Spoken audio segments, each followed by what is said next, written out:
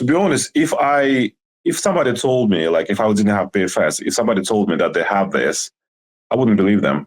Yeah. Because I had a mate who actually was taking isotretinoin for several years, and then had kind of depression, and then blah blah, and then he had quite similar behavior, and I would we would have a phone call, and I just tell him, "What's your problem?" I said, "I don't understand why you're suffering." I said, "You've got brain, you've got legs, you've got arms. What is your problem? Why are you suffering?"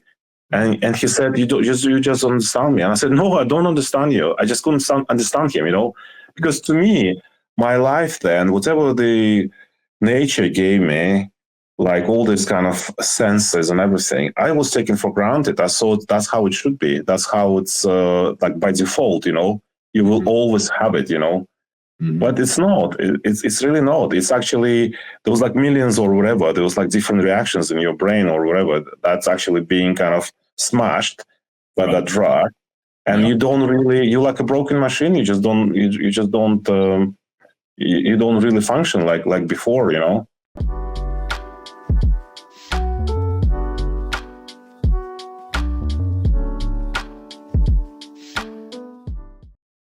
All right, hey, what is going on, guys? This is Mark Millick here with the Moral Medicine YouTube channel. So today we were going to be interviewing Raf. Raf is a PFS patient that's had PFS for several years now. So he's here to tell us his story, and we're going to go ahead and jump into it. So Raf, thank you so much for joining us.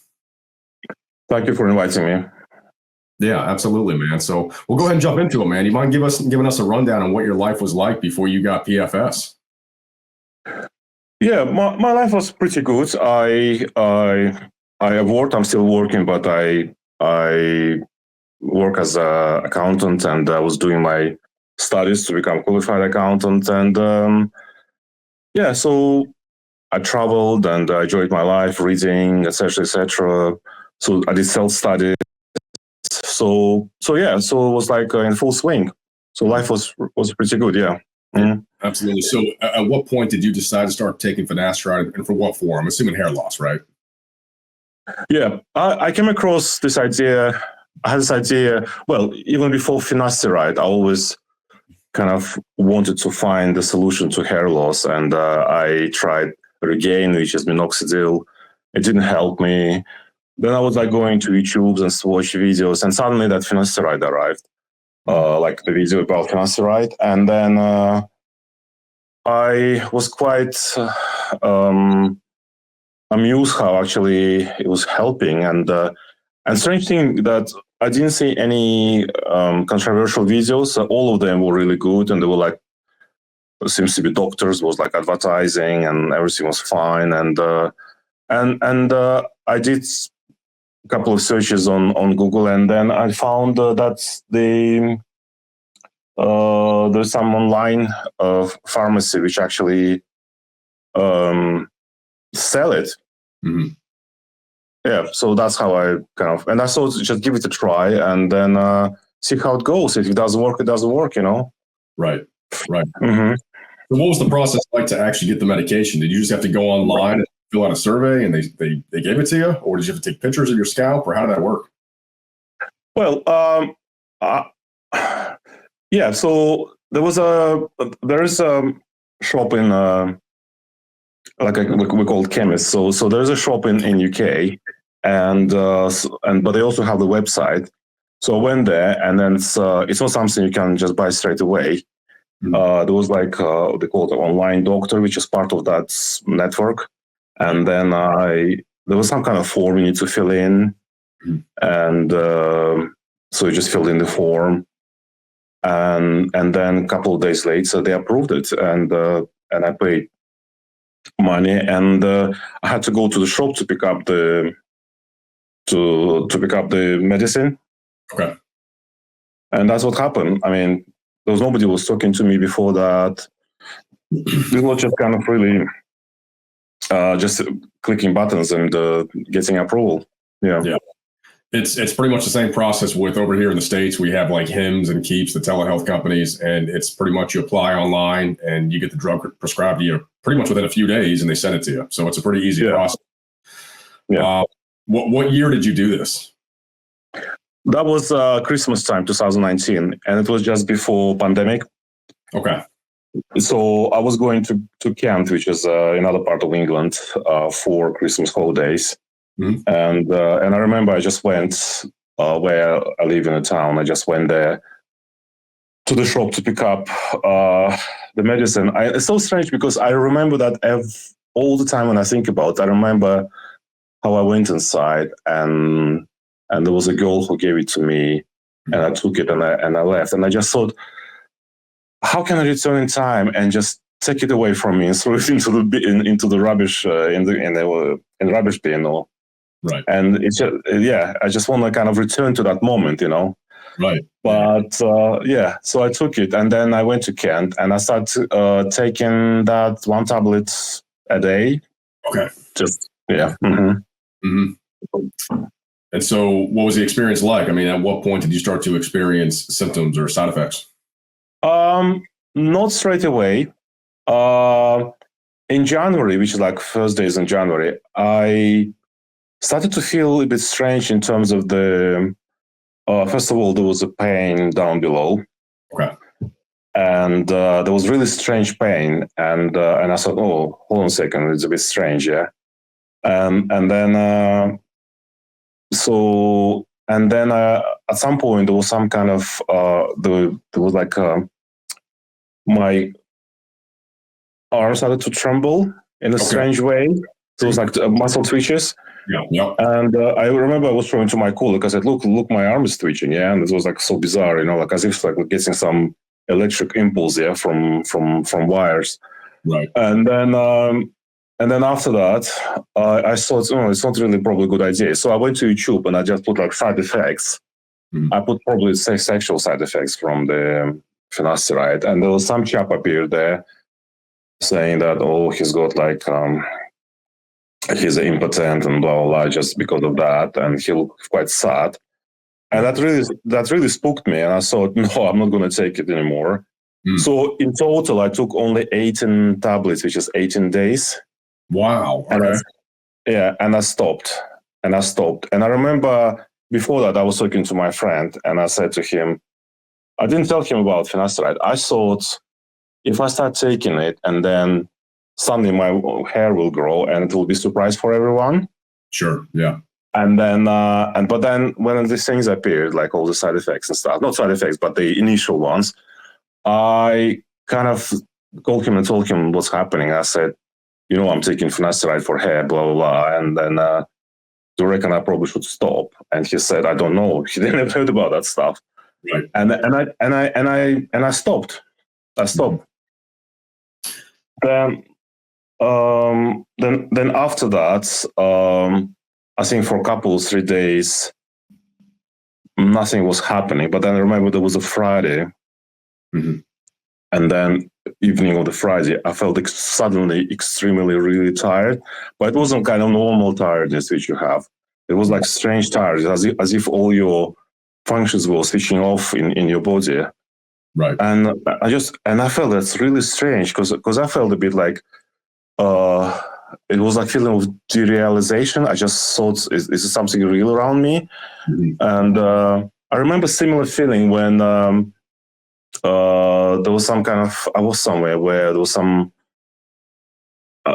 chemically poisoned.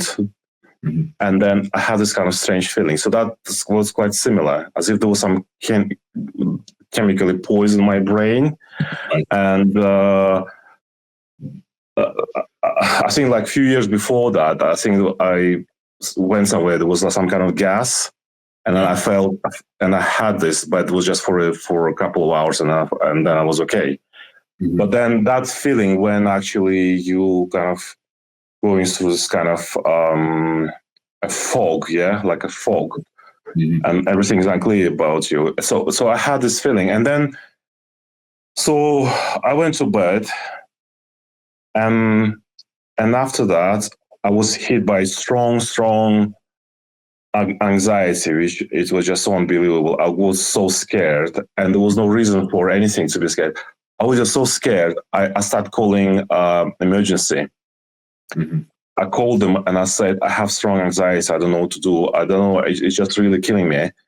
And but then it didn't help me. So basically, they said just go speak to a GP. Yeah. So, and then I was so scared to be at home. I just left and I was just walking outside. And then I bought a pack of cigarettes, even though I stopped smoking many years before that. Mm-hmm. I bought cigarettes. And I smoked, and it slightly calmed me down a bit for, but the effect of cigarettes is just like they give you 1 minute of calm, and then after that it comes back even with the greatest force.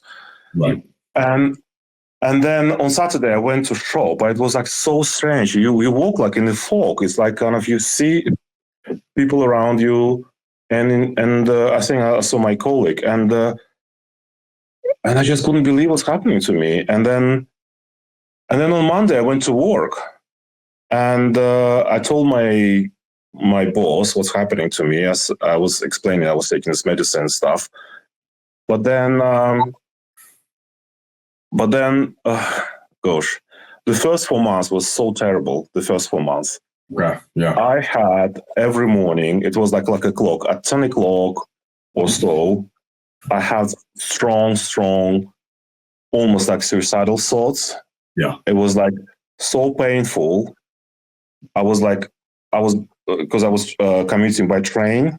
Right. I was scared to be on the platform because I thought I was going to jump. It was, and it was like, it wasn't really. It was like like when you have a nightmare or you watch like horror film. Yes, it's like you can't really explain these feelings. It was like extreme sadness for nothing. So. When my father died, I was very sad, but this was like on a different level. It was like almost your brain was like screaming, Right. And then after that, it would just subside, but the fog continues forever. And that Saturday, the first Saturday, tinnitus appeared, and then that tinnitus, that noise in my ear, would stay like forever now. It just every day is there. It just every day in my head. And so that's how it all started. It was just crazy. So a couple questions there. So number one, you only took 8 pills, you said, right? And then 18. 8 pills, so really short exposure, obviously, less than 3 weeks. Did you know about these potential side effects before you even took the medication? Not at all. No. I mean, I think I was gullible and stupid. It's just like sometimes we think we are so invincible, or we just think that we are so protected by the regulations or like anything, that nothing bad will happen to us, and I never thought that would be, and I'm still kind of really shocked that it actually still continues, that's just so amazing. No, I didn't know anything about that. No. Mm-mm. Yeah, and so it's been 4 years at this point. So I mean, I guess I don't want to jump ahead of myself. When you came off the medication, how soon after you came off did you start to experience these other side effects, like the anxiety and the deal and everything else? I mean, it came on a fourth day, I would say, or like third or fourth day. Yeah. It came almost like the same week. It came like a huge tsunami hitting me. Like it wasn't just a wave; it was tsunami. It was totally kind of obliterating me. It was like almost like a nuclear thing, like destroying me. Yeah. And then I remember that because I was doing my studies, I thought, okay, just calm down. Let's study. I started reading the book, and I couldn't stand anything. I could see words, but I couldn't stand. I was like, oh, what's happening? I couldn't make sentences. I couldn't put them together. It was terrible. And then at work, when somebody was giving me like a simple task, I was panicking. It was just like even a simple task, like a formula or something. I couldn't put the formula in Excel. It was just my brain started to kind of like, I don't know, it was like twitching everything. Yeah, mad, absolutely mad, honestly. Yeah, I can relate to that because I know for me, like, number one, you don't even know these side effects can happen when you're taking the drug. But some of the things I was noticing was that I couldn't even like write an email properly. Like I could not stay focused to write an email. I mean, I couldn't think, I couldn't focus, I couldn't articulate my thoughts. Even trying to talk to somebody became a major chore in itself, just really severe brain fog. Yeah. That came out of nowhere. I relate to the muscle twitches too, because my body was twitching everywhere for honestly up until about a year and a half after I came off the. It's incredible, absolutely incredible. I mean, this drug, I don't know what else could be comparable with this drug. It's just unbelievable. I mean, even when you know Novichok, yes. If somebody takes Novichok, I think they will recover quicker or better, yeah, than with finasteride. Yeah. Right. It's just unbelievable. It's yeah. I mean yeah. I agree with that. I don't know any other drug that you can take where you can deal with side effects this persistently for this long, and these severe side effects as well. I mean, what you take after you come off it, the side effects, I mean, in theory, they should go away. But for you, it's been about 4 years now, almost 5 years at this point. It's more, yeah. It's more than 4 years. In December, it will be 5 years, yeah. So yeah, it was like, yeah. And then, I don't know if you want to, like, do like about side effects, like now, yeah? Yeah, go ahead, absolutely. Yeah, I mean, well, apart from these mental problems, I has a kind of physical as well. So I become really weak, and if I hold something, like let's say carry something, my muscle starts hurting, for days, and it was incredible. And then also what I noticed, my face started to change as well. So really? I don't know if you notice, you see this kind of hairs, like a line here, yeah, on both sides. Yes, I didn't have it before. It's disappeared straight away. And I remember the first day, and I saw something. My face kind of was become like a waxy. It's like a waxy face, yeah. And I couldn't stand what's happening with my face. It was like really strange, soft skin, and I relate to that. Go ahead. I'm sorry, I don't want to cut you off. Go ahead. Yeah. And then. Also, what I noticed, like I have to say that when you go to toilet and you do this, number one, yeah, it's the stream is so weak. It's just unbelievable. It's like it's just incredible. It's like it's the whole body, like as if you like become like 80 years old man. It just and it was happened so quickly. That's just incredible. I think that's the perfect weapon for enemies, if they want to create something, so that people go forever and suffer, It's just incredible, yeah. Yeah, Rob, I can relate to all right there. I mean, because my face started to change very quickly after coming off the medication. I took it for 15 months, didn't have any, physical changes. And then when I came off, in a matter of probably a month and a half, 2 months, my face started to change. My skin became super soft. You mentioned that as well. It almost became feminized. Yeah. Looked like in some sense. It was crazy. Yeah. I started to get lines on my face. My face started to actually get smaller. I don't know if you had that, but yeah. Have you noticed like the skin as well become kind of stretchy and strained on the hands? And it's like I was showing to my friend, and he was like, like kind of like he didn't like what I was showing to him. But it's it's really strange. It's amazing. Yeah, but I had attempt to see doctors, and to be honest, it's really, really useless. I mean, I went to them several times, and I said I have tinnitus, this and that, and then there was a doctor there, GP, and he said he took some kind of book he put in front of him. He said, "This is a Bible for doctors. It's got everything. So whatever is written there, it's the truth." So he started kind of, going through these pages. He found finasteride. And he said, it says there, in some circumstances, it can lead to depression and impotence, yeah? Mm-hmm. And then he said, I said, I have tinnitus as well. So he started kind of looking to my ear, like listen or something, I don't know. So it all kind of was a bit like, almost like 19th century methods of dealing with this kind of 21st century disease, And so because I already was like researching something on the internet. I said in London there is a clinic and like hospital, and then because somewhere on some kind of website about PFS, there was somebody listed like doctors who actually know about PFS, and one of the clinic was like in London. So I said to my GP, I said, "Can you refer me to that place?" And thankfully he did. So he referred me to that place, but I had to wait for months and months. And then suddenly they kind of invited me. So a few months later, I went there, and it was like really didn't help me at all. The blood test. I did blood tests. They said blood tests are fine. But what interesting, when I did blood tests in the beginning with GP, he said everything is fine apart from vitamin D. He said it's even lower than the minimum range. So basically, right. And then he prescribed me really high vitamin D, and I was taking it. But this is really strange, Howard, because I later read that people experience very low vitamin D during PFS. Right, yeah. And then,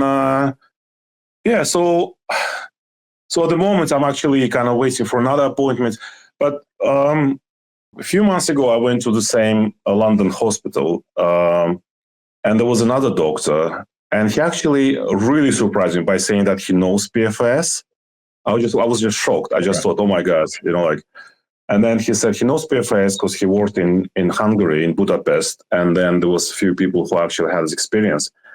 And then, but he didn't really tell me what to do, and he just said, just lose weight, do some weight training.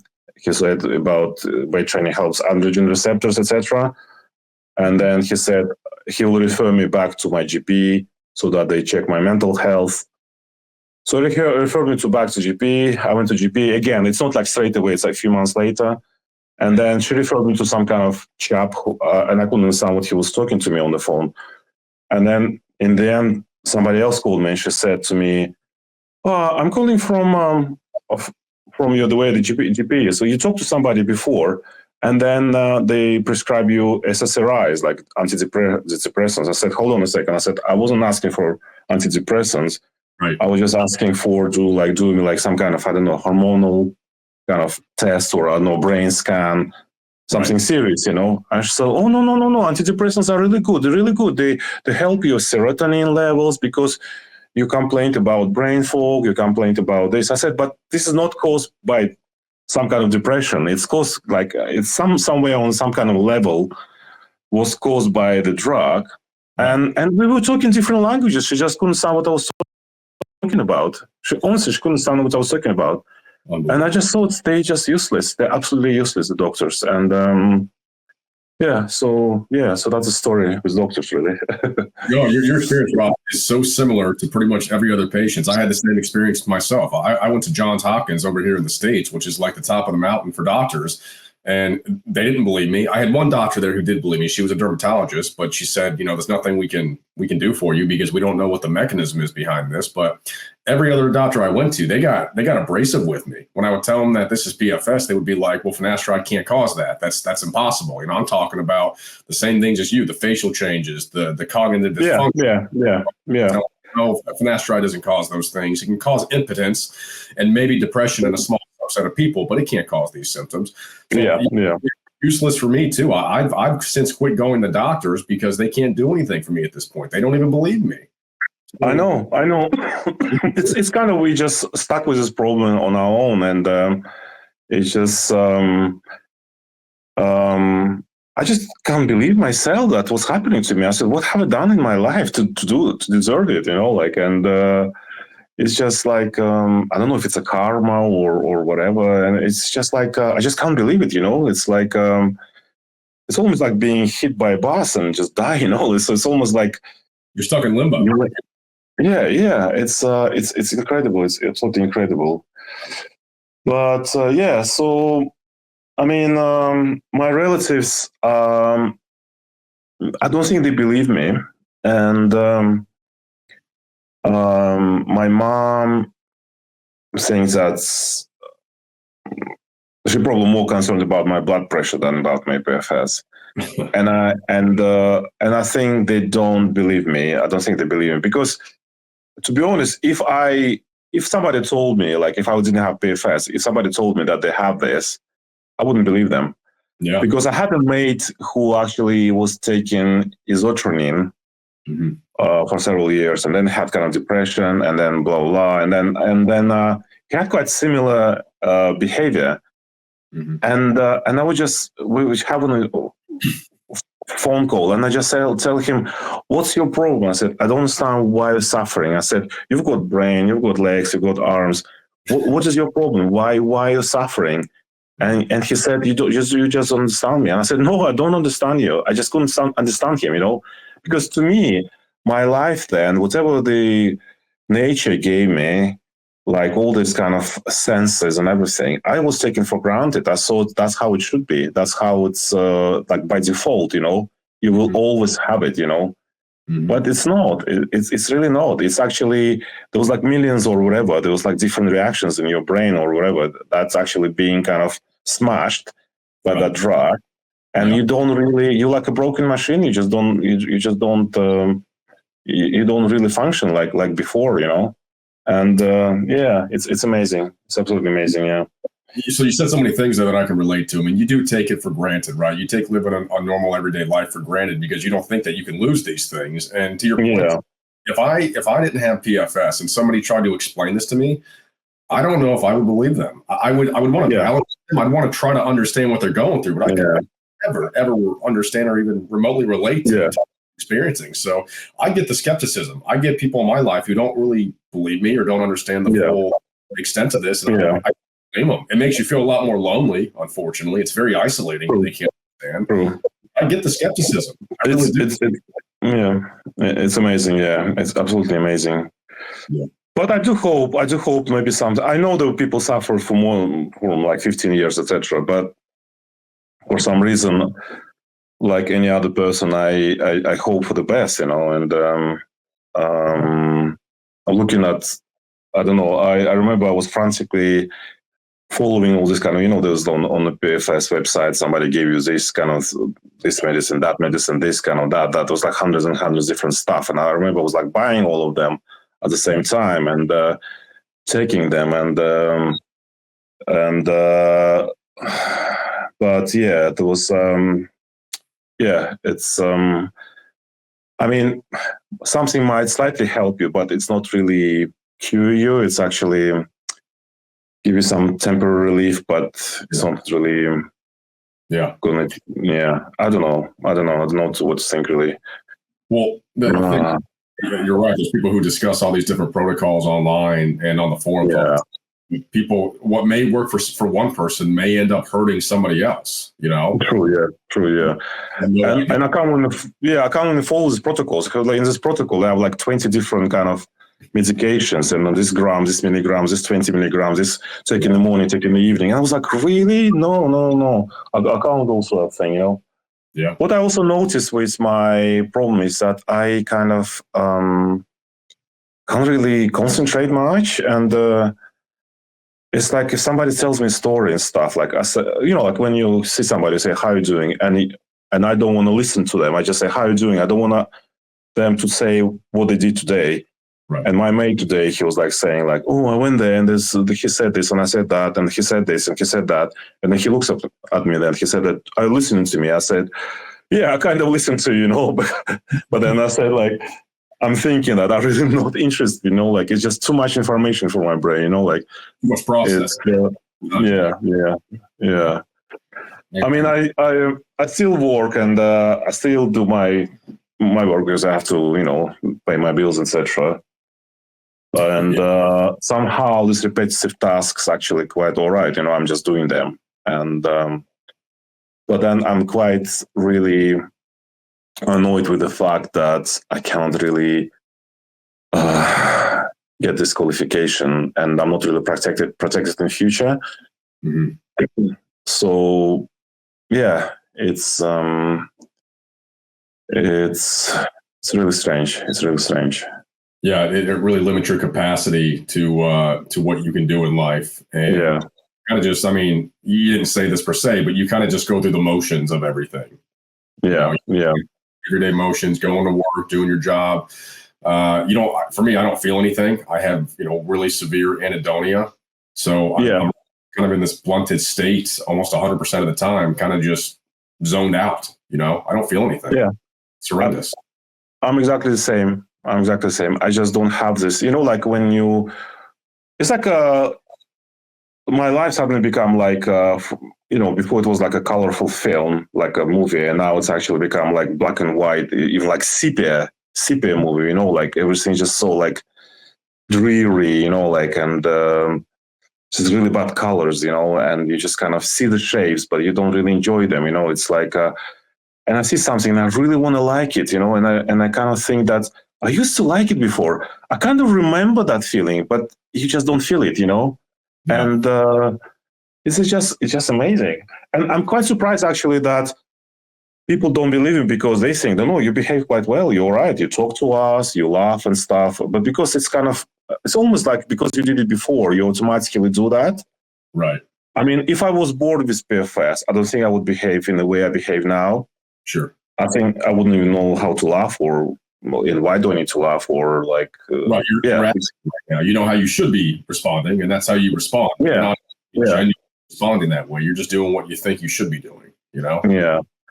I would give lots of money just for a day of normality, like I did before, like I lived before, just one day, I just want to, just that relief, maybe one day a month, that would be my perfect life. I mean, I'm not asking for more, like, just, yeah, I mean, I get that. Yeah. It's just everything. It's just your body damaged, and then your mental health, your feelings. It's just perfect weapon, I mean, they don't need to create COVID. They just can send finasteride to everyone, like to kill the population. It's just unbelievable. It's just unbelievable. I mean, like, and the doctors, that doctor I talked in London, he was like, he said, yeah, I know about PFS. And I said to him, I don't understand why people still prescribe. He said, no, it's a really good one. It's a really good one. He was like saying, it's helping people like with, what do you call this man having cancer? Benign prostate hyperplasia. Yeah. He said it's needed. This medicine is needed. So they're actually pushing that drug themselves. Right. I mean, how can I? It's like it's like going. Maybe it's a bad comparison, but I do compare stuff. I become quite cynical in my jokes, to be honest, and maybe I will have a problems at work because I can be quite cynical, with my PFS, and then I kind of feel like as if you're going to this kind of Nazi concentration camp, and you're trying to reason to this Nazi officer, saying like, "Oh, maybe we should stop killing people," like maybe you shouldn't really torture people, and they say, no, it's kind of, it's good for like, like for everyone. It's like you kind of arguing with them about something which they strongly believe in, and they have a bigger power than us. Right. They have all these kind of degrees, and they have all these kind of qualifications and professions, and who am I for them? Like, or all us, like as a group of people, we just nobodies, like, and yeah, here we go. To your point there, Ralph, that's what makes it so scary, is because we kind of we believe a figure who's in an authoritative position, right? When a doctor tells you this is safe or you should take this, you're apt to listen to him. I mean, I never thought it would be something that could potentially harm you. Try it has. So yes, that's why it's so easy to fall into this trap. And I think it's really interesting too, because I am astounded by how many people are taking finasteride without issues, and then when they come off medication, that's when they develop their symptoms, kind of like you. Yeah. I don't think people are ever really safe while taking this medication. There's a guy who I was talking to recently. He was taking it for like 22 years, came off for some reason. I guess he had, it was like potentially going to interfere with another medication that he was prescribed. Came off finasteride after 22 years, crashed, and he's got like every symptom in the book. He's got sexual issues, he's got physical issues, muscle loss, facial changes, neurological, brain fog, speech issues. I mean, everything. And that was, again, took the medication for 22 years. So you just never know when you're going to get hit with this. And I imagine he probably went back again thinking he's going to be okay, normal, but he never became normal again. A lot of people actually, they'll restart the medication thinking they're going to be fine, and they restart it. And a lot of the times that's when people get hit with full-blown PFS. You stop, restart it, and then you get hit with the symptoms. It's such an odd disease in that sense. It's a just perfect kind of like weapon against humanity. Right. It's perfect like weapon against men, I would say. Like I don't know, it's to take all this masculinity and the mind and everything. It's just unbelievable. It's like we could become like zombies. It's just incredible. I mean, yeah, it's. I mean, I complain to some people, my close friends, but to be honest, I think they just fed up with me. Like, and I don't know. Maybe I should just leave them alone and not to complain about this anymore. But I have like few. Sorry, Karen.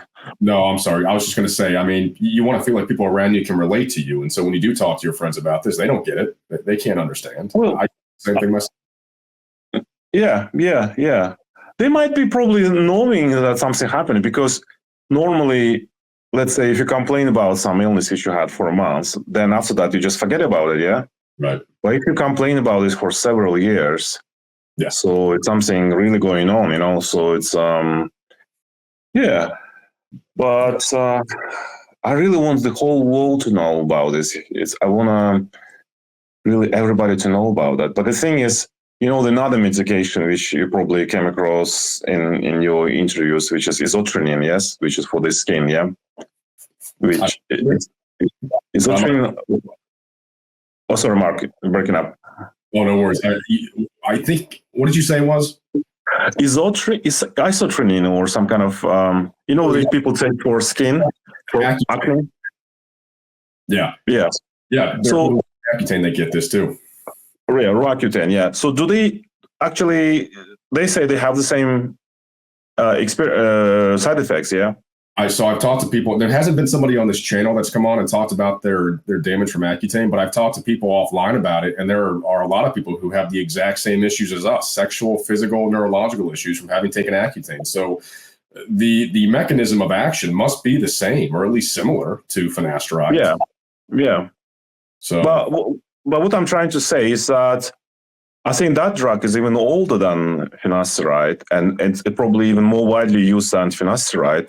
Right. But still, it's not being banned, or it's not really being kind of regulated, to be honest. And I know a few people who actually were taking it, and to be honest, all these people, like I know 3 people who actually openly told me they were taking Roaccutane, and all of them had the problem with depression. And one of them, I remember, she had some kind of issue with her husband or something, and she was like really kind of she just couldn't, like, she behaved like really strangely. And I thought it's not like normal behavior, because before PFS,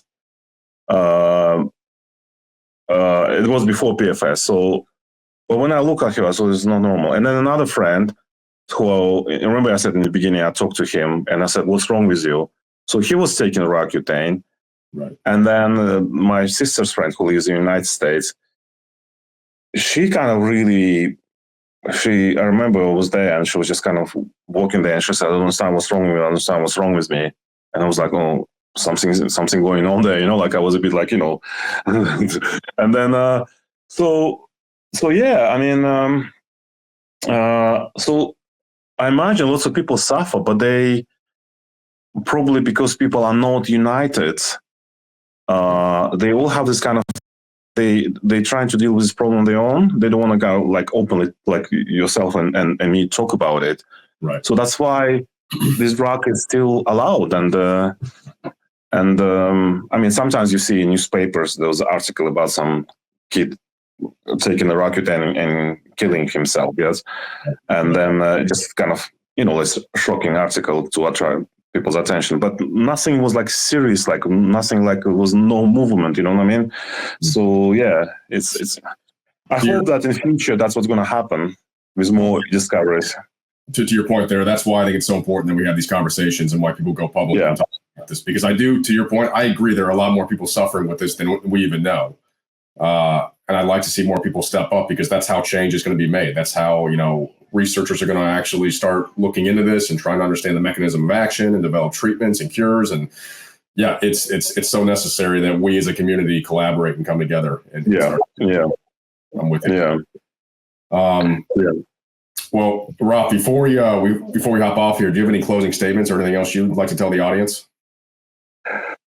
Well, I do hope that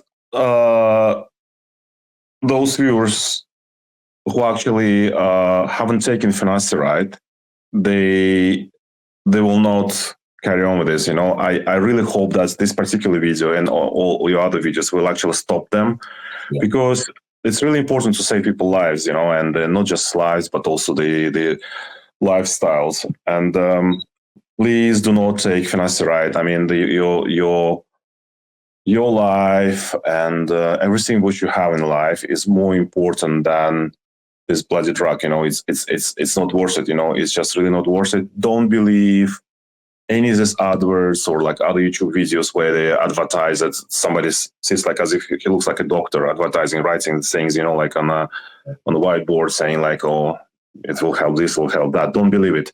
It's really serious, and I'm not lying, because it's been with me like from almost 5 years and continues, and it's really serious. You wake up with this in the morning and you go with this in the evening. So this is brain fog, your anhedonia, and your physical and sexual problems. And please don't take this drug. Just throw it away. If you bought today, just throw it away. So, and then those who actually suffers, we have to really kind of unite and just make more videos and just talk about this, just bring awareness to people. Yeah. 100%. Yeah. I couldn't agree more with all that. Really well said. So, hey, man, we really appreciate you coming on the channel. Give it one next time. Thanks so much again, Raf. Yeah, thank you. Thank you for your channel. Thank you, Mark. Thank you, sir. And for the video. Cheers.